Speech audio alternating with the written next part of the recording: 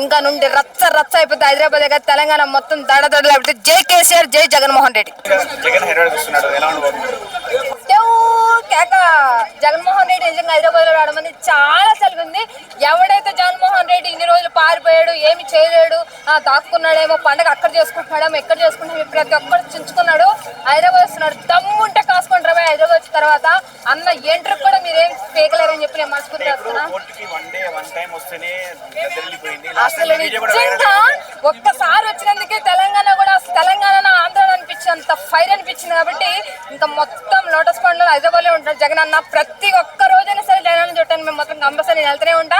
ప్రతిరోజు మా అన్న ఇల్లురా, మా అన్న వచ్చాడురా, మా పూలు ఇక్కడ ఉందిరా అని చెప్పి నేను గర్వంగా చెప్తా హైదరాబాద్ లో.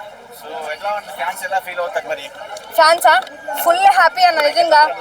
ఇన్ని రోజులు మా అన్న జగన్ అన్నే ఎంత నెగిటివ్ గా మాట్లాడారు, నెగిటివ్ గా చేశారు, ఎంత ఘనంగా బాధ పెట్టారు, ఏమీ చేయలేడు, దాక్కున్నాడు అని చెప్పి ప్రతి ఒక్కడు ఏలెత్తి చూపించాడు.